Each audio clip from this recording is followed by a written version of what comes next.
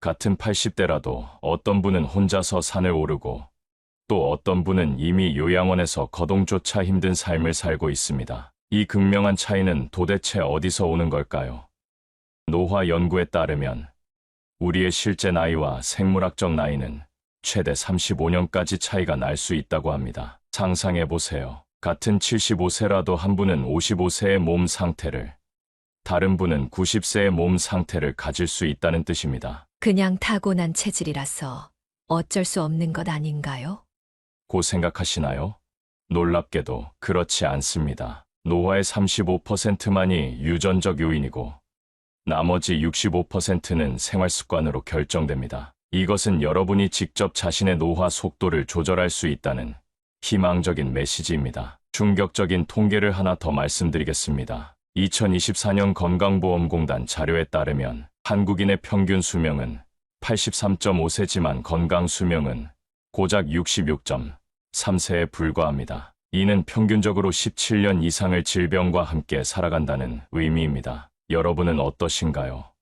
단순히 오래 사는 것이 아니라 건강하게 오래 사는 것이 진정한 장수 아닐까요? 오늘 이 영상에서는 여러분이 장수 체질인지 스스로 확인할 수 있는 5가지 핵심 지표를 상세히 알려드립니다. 이 지표들은 단순한 건강 체크리스트가 아닙니다. 수십 년간의 장수 연구를 통해 밝혀진 실제로 우리 몸의 노화 속도를 가늠할 수 있는 과학적 바로미터입니다. 더 중요한 것은 이 지표들이 단순한 진단에 그치지 않고 개선 가능하다는 점입니다. 어떤 지표에서 부족함이 발견되더라도 적절한 생활습관 변화를 통해 개선할 수 있습니다. 80대, 90대에도 생활습관 개선을 통해 건강을 회복하고 삶의 질을 높인 사례는 무수히 많습니다. 여러분은 지금 이 순간에도 노화하고 있습니다. 하지만 그 속도는 여러분이 통제할 수 있습니다. 오늘 이 영상을 통해 여러분의 생물학적 시계를 늦추는 비밀을 함께 알아보겠습니다. 시작하기 전 이 영상이 도움이 되신다면 구독과 좋아요, 알림 설정 부탁드립니다. 여러분의 작은 관심이 더 많은 건강 정보를 나눌 수 있는 힘이 됩니다. 그럼 첫 번째 장수 지표, 치아 건강에 대해 자세히 알아보겠습니다. 여러분, 자신의 치아가 몇 개나 남아있는지 아십니까? 이 단순한 질문의 답변이 여러분의 수명을 예측할 수 있다면 믿으시겠습니까? 놀랍게도 최근 노화 연구 결과에 따르면 65세 이상 노인 중 자연 치아를 20개 이상 보유한 분들은 그렇지 않은 분들보다 평균 수명이 무려 6.4년이나 더 길었습니다. 이는 금연이나 정기적인 운동으로 얻을 수 있는 수명 연장 효과와 맞먹는 놀라운 수치입니다. 그냥 나이 들면 이가 빠지는 게 당연한 거 아닌가요? 많은 분들이 이렇게 생각하시지만 사실은 그렇지 않습니다. 치아 손실은 노화의 필연적 결과가 아니라 관리 부족의 결과입니다. 우리 조상들 중에도 80대, 90대까지 자연 치아를 대부분 유지한 분들이 많았습니다. 치아가 건강하지 못하면 어떤 일이 벌어질까요? 먼저, 영양 섭취가 제한됩니다. 단단한 과일이나 채소, 견과류 같은 영양가 높은 음식을 피하게 되고 이는 점차 근육량 감소와 면역력 저하로 이어집니다. 실제로 치아가 적은 노인들은 단백질과 필수 영양소 섭취가 현저히 떨어진다는 연구 결과가 있습니다. 더 충격적인 것은 치주 질환과 치매의 관계입니다. 치주 질환이 있는 분들은 치매 발생 위험이 70%나 높다는 연구 결과가 있습니다. 이는 구강 내 염증이 혈류를 통해 뇌로 전달되어 인지 기능에 영향을 미치기 때문입니다. 제 지인 중 85세의 김 할머니 이야기를 들려드리겠습니다. 김 할머니는 20대 때부터 매일 밤 잠들기 전 치실을 사용하는 습관이 있으셨습니다. 주변에서는 그런 서양 물건이 뭐가 좋냐며 놀렸지만 할머니는 꾸준히 관리하셨습니다. 결과적으로 85세인 지금도 22개의 자연 치아를 모두 보존하고 계시며 딱딱한 사과도 맛있게 드십니다. 반면 같은 아파트, 같은 나이의 이웃 할머니는 틀니를 사용하시는데 음식 선택에 제한이 많고 소화 문제로 자주 병원에 가신다고 합니다. 그렇다면 어떻게 치아 건강을 지킬 수 있을까요? 첫째, 식사 후 바로 양치질하는 것보다 30분 정도 기다렸다가 양치질하는 것이 좋습니다. 음식물로 인해 약해진 치아, 에나멜이 회복될 시간을 주는 것이지요. 특히 산성 음식이나 음료를 섭취한 후에는 이 시간이 더욱 중요합니다. 둘째, 하루에 한 번은 꼭 혀를 닦아주세요. 혀에는 수많은 세균이 서식하는데 이를 제거하는 것만으로도 구강 건강이 크게 개선됩니다. 혀 클리너를 사용하거나 없다면 칫솔로 부드럽게 닦아내는 것도 좋은 방법입니다. 셋째, 치실 사용을 생활화하세요. 많은 분들이 나이 들어 치실 사용하기 힘들다고 하시는데 시간 칫솔이나 물치실기가 좋은 대안이 될 수 있습니다. 이 도구들은 사용이 간편하면서도 치아 사이 청소에 효과적입니다. 그런데 이미 치아가 많이 손상됐다면 어떡하죠? 걱정 마세요. 정기적인 치과 검진과 적절한 치료로 늦게나마 관리를 시작하는 것이 중요합니다. 임플란트나 틀니도 잘 관리하면 자연 치아와 비슷한 기능을 할 수 있습니다. 특히 임플란트 주변 잇몸 관리와 틀니의 정기적인 세척 및 조정은 구강 건강을 유지하는 데 매우 중요합니다. 또한 구강 건조증은 노년기에 흔한 문제로 치아 건강에 악영향을 미칩니다. 많은 약물이 부작용으로 구강 건조를 유발하므로 물을 자주 마시고 무설탕 껌을 씹거나 필요하다면 인공 타액 제품을 사용하는 것이 도움이 됩니다. 치아 건강은 단순한 미용 문제가 아닌 여러분의 수명과 삶의 질을 결정하는 중요한 요소입니다. 매일 조금씩 신경 써서 관리하는 것으로 큰 변화를 만들 수 있습니다. 자신의 치아를 소중히 여기고 관리하는 것은 장수의 첫 번째 비결입니다. 이제 두 번째 장수 지표, 뇌 건강과 인지 능력에 대해 알아보겠습니다. 늙어서 깜빡깜빡하는 건 당연하다고 생각하시나요? 많은 분들이 이렇게 생각하시지만 최신 뇌과학 연구에 따르면 그렇지 않습니다. 뇌도 근육처럼 사용할수록 강해집니다. 충격적인 사실 하나를 말씀드리겠습니다. 같은 나이의 노인들 중에서도 뇌 활동이 활발한 분들은 그렇지 않은 분들보다 뇌용적이 평균 15% 더 크다고 합니다. 이는 마치 15년이나 더 젊은 뇌를 가진 것과 같은 효과입니다. 장수하는 사람들의 공통점 중 하나는 바로 활발한 뇌 활동입니다. 뇌는 우리 몸의 사령탑으로 뇌 건강이 유지되어야 진정한 장수가 가능합니다. 단순히 오래 사는 것보다 중요한 것은 인지 기능을 유지하며 독립적으로 생활하는 것이기 때문입니다. 놀라운 사실은 2개 이상의 언어를 구사하는 노인들은 치매 발병 위험이 최대 4년이나 지연된다는 것입니다. 이는 새로운 언어를 배우는 과정에서 뇌에 새로운 신경 연결망이 형성되기 때문입니다. 이런 현상을 인지 예비력이라고 하는데, 이는 뇌가 손상이나 노화에 대응할 수 있는 여분의 능력을 말합니다. 제가 만난 92세 박 할아버지 이야기를 들려드리겠습니다. 박 할아버지는 80세에 중풍으로 쓰러지셨지만 놀랍게도 6개월 만에 완전히 회복하셨습니다. 의사들조차 놀랐던 이 회복의 비결은 무엇이었을까요? 박 할아버지는 50년 넘게 매일 일기를 쓰고 주 3회 바둑을 두며 손주들에게 한자를 가르치는 등 뇌를 꾸준히 사용해 오셨습니다. 이런 습관이 뇌에 풍부한 인지 예비력을 만들어 중풍 후에도 빠르게 회복할 수 있었던 것입니다. 하지만 이 나이에 새 언어를 배우기는 어렵지 않을까요? 걱정 마세요. 뇌 건강을 위해 꼭 새 언어를 배울 필요는 없습니다. 일기 쓰기 같은 간단한 습관만으로도 큰 효과를 볼 수 있습니다. 매일 5분이라도 그날 있었던 일이나 감정을 글로 표현하는 것은 기억력을 유지하고 뇌를 젊게 유지하는 데 놀라운 효과가 있습니다. 일기를 쓰는 것이 부담스럽다면 매일 신문을 읽거나 책을 읽는 습관도 큰 도움이 됩니다. 연구에 따르면 정기적으로 독서를 하는 노인들은 그렇지 않은 노인들보다 인지, 기능 저하 속도가 32% 더 느립니다. 책을 읽을 때는 소리 내어 읽는 것이 더 효과적입니다. 소리 내어 읽으면 시각과 청각, 발성 기관이 모두 활성화되어 뇌에 더 많은 자극을 줍니다. 또 다른 방법은 일상의 패턴을 깨는 것입니다. 여기 간단하지만 효과적인 뇌훈련 방법을 소개해드립니다. 매일 아침 양치질할 때 반대 손으로 해보세요. 오른손잡이라면 왼손으로, 왼손잡이라면 오른손으로 양치질을 하는 것입니다. 처음에는 어색하고 힘들겠지만 이런 작은 변화가 뇌에 새로운 신경 경로를 만들어 인지 기능을 강화합니다. 또한 눈을 감고 양말을 신어보거나 숟가락과 젓가락을 번갈아 사용하는 것도 좋은 방법입니다. 우리 뇌는 새로운 도전을 만날 때 가장 활발하게 작동합니다. 익숙한 루틴에서 벗어나 작은 변화를 주는 것만으로도 뇌에 신선한 자극을 줄 수 있습니다. 사회적 활동도 뇌 건강에 매우 중요합니다. 정기적으로 친구나 가족과 만나 대화하는 것은 뇌를 활성화하는 가장 좋은 방법 중 하나입니다. 연구에 따르면 사회적으로 고립된 노인은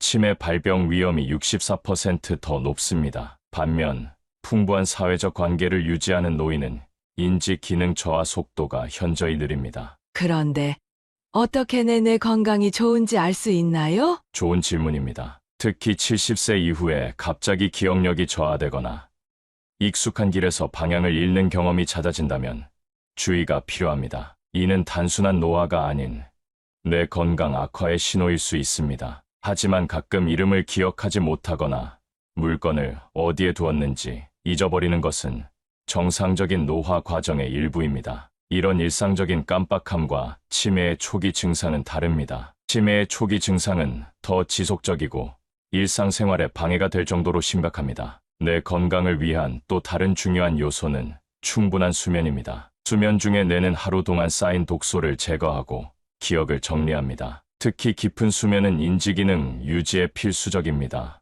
7시간에서 8시간의 양질의 수면을 취하도록 노력하세요. 우리 뇌는 100세가 넘어도 새로운 것을 배울 수 있는 놀라운 능력을 가지고 있습니다. 이 능력을 활용하는 것이 장수의 비결입니다. 나이는 단순한 숫자에 불과합니다. 오늘부터 뇌에 새로운 자극을 주는 작은 습관을 시작해보세요. 이제 세 번째 장수 지표, 규칙적인 배변 습관에 대해 알아보겠습니다. 배변 습관이 장수와 관련 있다는 사실 알고 계셨나요? 사실 이 주제는 많은 분들이 불편해하시지만 건강한 장수를 위해 꼭 알아야 할 중요한 내용입니다. 충격적인 연구 결과를 말씀드리겠습니다. 규칙적인 배변 습관을 가진 사람들은 그렇지 않은 사람들보다 평균 수명이 7년이나 더 길다고 합니다. 이는 단순한 우연이 아니라 우리 몸의 면역 시스템과 장 건강이 깊이 연관되어 있기 때문입니다. 그 비밀은 우리 몸의 면역 시스템에 있습니다. 우리 면역 세포의 70%가 장에 있다는 사실 알고 계셨나요? 장은 단순한 소화 기관이 아니라 우리 몸의 가장 큰 면역 기관 중 하나입니다. 그렇기 때문에 배변 활동이 원활하다는 것은 건강한 면역력의 신호입니다. 최근 장 건강에 관한 놀라운 발견이 있었습니다. 우리 장에는 약 100조 개의 미생물이 살고 있으며 이들의 총 무게는 약 1.5kg에 달합니다. 이 미생물들은 단순히 소화를 돕는 것을 넘어 면역 체계 조절, 호르몬 생산, 심지어 감정과 기분에도 영향을 미칩니다. 이를 장뇌, 축이라고 하며 최근 과학계에서 가장 활발히 연구되는 분야 중 하나입니다. 제가 만난 88세 이 할머니 사례를 들려드리겠습니다. 이 할머니는 평생 변비로 고생하셨습니다. 2일 3일에 한 번씩 힘들게 배변하는 것이 일상이었죠. 그러다 83세의 대장 내시경 검사에서 용종이 발견되어 큰 충격을 받으셨습니다. 의사의 권고로 식이섬유가 풍부한 식단으로 바꾸고 매일 아침 따뜻한 물 한 잔을 마시는 습관을 들이셨습니다. 놀랍게도 3개월 만에 매일 규칙적으로 배변하게 되셨고 5년이 지난 지금은 피부도 맑아지고 만성적인 피로감도 사라졌다고 합니다. 의사들도 이 할머니의 생물학적 나이가 실제 나이보다 10살 이상 젊다고 평가했습니다. 하지만 나이가 들면 변비는 어쩔 수 없는 거 아닌가요? 많은 분들이 이렇게 생각하시지만 사실 나이와 상관없이 건강한 배변 습관은 유지할 수 있습니다. 변비가 노년기에 흔한 이유는 나이 자체보다는 활동량 감소, 수분 섭취 부족, 약물 부작용, 그리고 식이섬유 섭취 감소와 같은 요인들 때문입니다. 배변 습관 개선을 위한 가장 간단한 방법은 아침에 일어나자마자 미지근한 물 한 컵을 마시는 것입니다. 밤새 잠을 자는 동안 우리 몸은 탈수 상태가 되기 쉽습니다. 아침에 물을 마시면 장의 연동 운동을 자극하고 자연스러운 배변을 촉진합니다. 또 다른 팁은 화장실에서의 자세입니다. 변기에 앉았을 때 발끝을 살짝 들어 올리면 장이 더 자연스러운 위치에 놓여 배변이 수월해집니다. 이는 인체 구조학적으로 쪼그려 앉는 자세가 배변에 가장 이상적이기 때문입니다. 작은 발 받침대를 사용하거나 간단히 발끝을 들어 올리는 것만으로도 이런 효과를 볼 수 있습니다. 식이섬유 섭취도 매우 중요합니다. 하지만 여기서 많은 분들이 오해하는 것이 있습니다. 모든 식이섬유가 동일하게 작용하는 것은 아닙니다. 식이섬유는 크게 수용성과 불용성으로 나뉘는데 두 종류 모두 건강한 배변에 필수적입니다. 수용성 식이섬유는 물을 흡수해 젤 형태가 되어 대변을 부드럽게 만듭니다. 귀리, 보리, 사과, 감귤류, 당근 등에 풍부합니다. 반면 불용성 식이섬유는 대변에 부피를 더해 장 통과 시간을 줄이는데 도움을 줍니다. 통곡물, 견과류, 콩류, 채소의 껍질 등에 많이 들어 있습니다. 균형 잡힌 식단을 통해 두 종류의 식이섬유를 모두 섭취하는 것이 중요합니다. 하루에 25g에서 30g의 식이섬유를 목표로 하세요. 하지만 갑자기 식이섬유 섭취량을 늘리면 가스나 복부 팽만감이 생길 수 있으므로 서서히 양을 늘려가는 것이 좋습니다. 수분 섭취도 간과할 수 없는 중요한 요소입니다. 충분한 수분이 없으면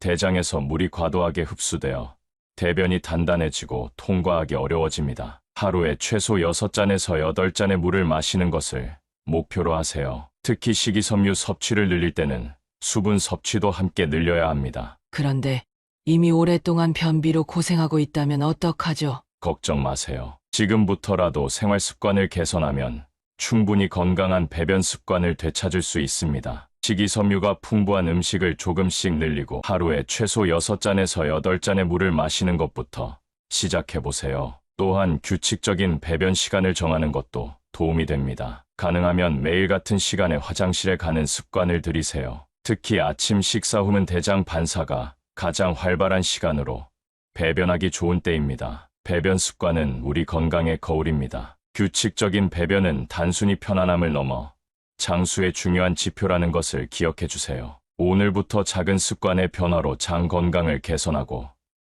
더 건강한 노년을 준비해 보세요. 이제 네 번째 장수 지표, 걷기의 중요성에 대해 알아보겠습니다. 여러분, 걷기가 단순한 이동수단이 아닌 장수의 비결이라면 믿으시겠습니까? 놀랍게도 하루 5,000보만 걸어도 수명이 12년이나 늘어날 수 있다는 연구 결과가 있습니다. 충격적인 통계를 하나 말씀드리겠습니다. 세계보건기구 WHO의 연구에 따르면 신체 활동 부족은 전 세계적으로 매년 330만 명의 조기 사망을 초래하는 주요 원인입니다. 이는 흡연보다도 더 많은 사망자를 발생시키는 심각한 문제입니다. 특히 노년층에서 신체 활동 부족은 근감소증, 골다공증, 심혈관, 질환의 주요 위험 요소로 작용합니다. 그런데 이 나이에 운동이라니 무릎도 아프고 힘든데.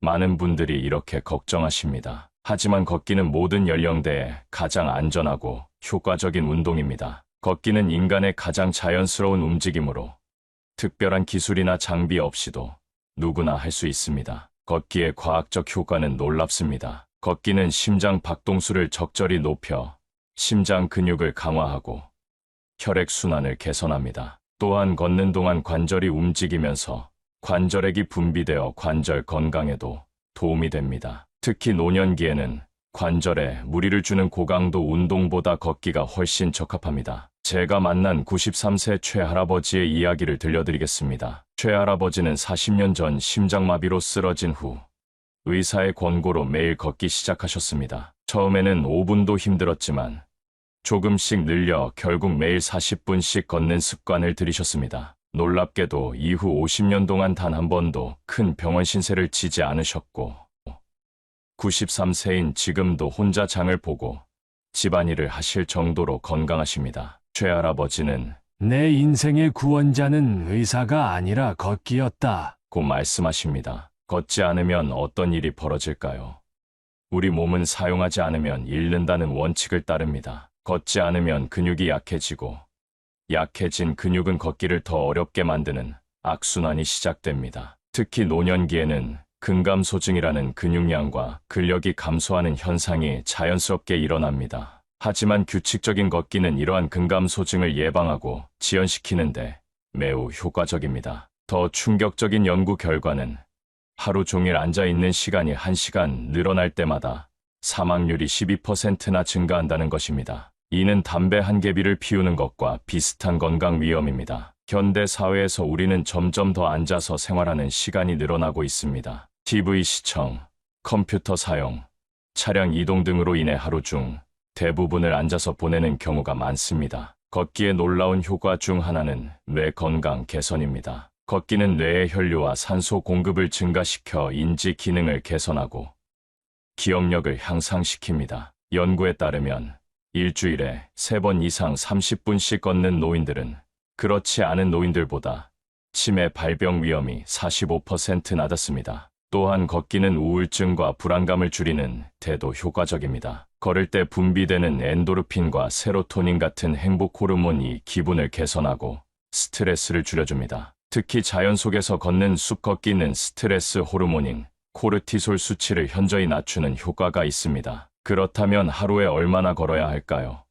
건강 전문가들은 일반적으로 하루 7,000보에서 10,000보를 권장하지만 이는 현재 거의 걷지 않는 분들에게는 부담스러운 목표일 수 있습니다. 처음부터 무리하지 마세요. 현재 거의 걷지 않으신다면 하루 2분 걷기부터 시작해보세요. 그리고 매주 1분씩 늘려가는 것이 좋습니다. 걷기를 시작할 때 주의할 점은 갑자기 많이 걸으려고 하지 말고 점진적으로 늘려가는 것입니다. 처음부터 무리하면 관절에 부담을 주고 지속하기 어려워집니다. 2일에서 3일에 한 번, 5분부터 시작해서 매주 조금씩 늘려가는 것이 좋습니다. 6개월 후에는 자연스럽게 30분 이상 걸을 수 있게 됩니다. 걷기의 효과를 높이는 팁을 드리자면 가능하다면 자연 속에서 걷는 것이 좋습니다. 공원이나 숲길에서 걷는 것은 스트레스 호르몬을 낮추고 면역력을 높이는 추가 효과가 있습니다. 또한 걸을 때 팔을 자연스럽게 흔들면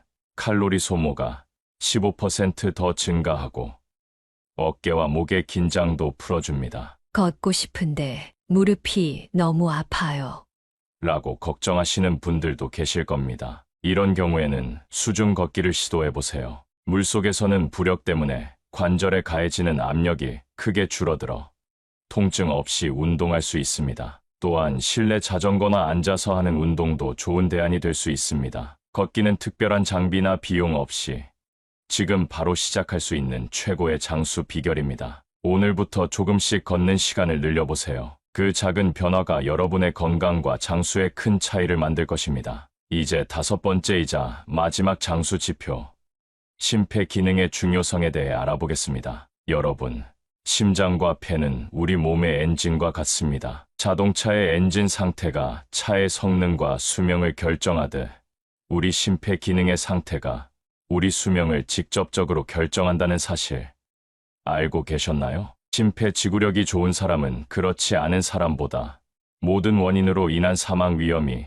무려 70%나 낮다고 합니다. 이는 혈압, 콜레스테롤, 당뇨병보다 더 강력한 사망 위험 예측 인자입니다. 심장은 쉬지 않고 혈액을 온몸으로 보내고 폐는 산소를 공급하고 이산화탄소를 배출하는 핵심 기관입니다. 이 두 기관의 건강은 모든 세포와 조직의 건강에 직접적인 영향을 미칩니다. 특히 나이가 들면서 심폐 기능은 자연스럽게 감소하지만 그 감소 속도는 생활 습관에 따라 크게 달라질 수 있습니다. 많은 노인분들의 사망 원인이 심장 및 폐 관련 질환이라는 점은 이 기관들의 중요성을 잘 보여줍니다. 심장병, 뇌졸중, 만성 폐쇄성 폐질환 등은 노인 사망 원인의 상위를 차지합니다. 심폐 기능이 좋은 70대는 심폐 기능이 나쁜 50대보다 생물학적 나이가 더 젊다는 놀라운 연구 결과도 있습니다. 제가 만난 86세 김 할머니의 이야기를 들려드리겠습니다. 김 할머니는 60대 초반에 만성 폐쇄성 폐질환 진단을 받으셨습니다. 의사는 앞으로 5년 이상 살기 어려울 것이라고 말했지만 할머니는 포기하지 않으셨습니다. 매일 아침 저녁으로 깊은 호흡 운동을 하고 가벼운 걷기 운동을 시작하셨습니다. 처음에는 산소통 없이 5분도 걷기 힘들었지만 꾸준히 실천한 결과 지금은 산소통 없이도 30분 이상 걸을 수 있게 되셨습니다. 의사들조차 의학적으로 설명하기 어려운 회복이라고 놀라워했습니다. 김 할머니는 숨을 쉬는 방법을 바꾸니 인생이 바뀌었어요. 고 말씀하십니다. 그런데 내 심폐 기능이 좋은지 어떻게 알 수 있나요? 간단한 자가 진단법이 있습니다. 편안히 앉은 상태에서 깊게 숨을 들이마신 후 아 하고 소리 내며 숨을 얼마나 오래 내쉴 수 있는지 측정해 보세요. 20초 이상이면 심폐 기능이 양호한 편입니다. 15초 미만이라면 개선이 필요한 상태입니다. 또 다른 방법은 계단 오르기 테스트입니다. 4층 계단을 쉬지 않고 올라갈 수 있다면 심폐 기능이 비교적 양호한 상태입니다. 물론 이는 간단한 자가 테스트일 뿐이며 정확한 평가를 위해서는 의사와 상담하는 것이 좋습니다. 많은 분들이 모르는 사실 중 하나는 한숨의 위험성입니다. 한숨이 단순한 감정 표현이 아니라 건강에 실제로 영향을 미친다는 사실 알고 계셨나요?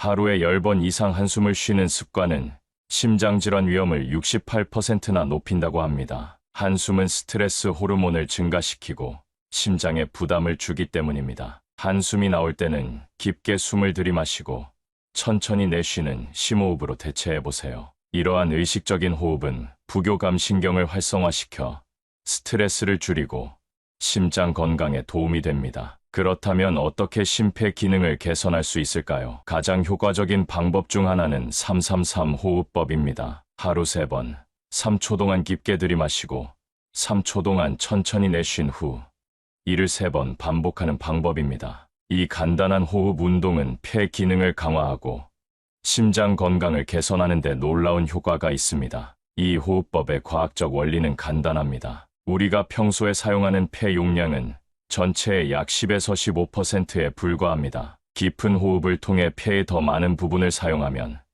산소 교환 효율이 높아지고 폐 기능이 개선됩니다. 또한 깊은 호흡은 횡격막을 강화하고 흉곽의 유연성을 증가시켜 전반적인 호흡 기능을 향상시킵니다. 더 나아가 규칙적인 유산소 운동도 심폐 기능 개선에 필수적입니다. 걷기, 수영, 자전거 타기, 가벼운 조깅 등의 유산소 운동은 심장과 폐의 효율성을 높이고 혈액순환을 개선합니다. 처음에는 5분에서 10분부터 시작하여 점차 시간을 늘려가는 것이 좋습니다. 목표는 일주일에 최소 150분의 중강도 유산소 운동입니다. 그런데 이미 심장이나 폐에 문제가 있다면 어떡하죠? 걱정 마세요. 어떤 상태에서도 개선의 여지는 항상 있습니다. 물론 기존의 심장이나 폐 질환이 있는 경우 반드시 의사와 상담한 후 적절한 운동 프로그램을 시작해야 합니다. 특히 심장 질환이 있는 경우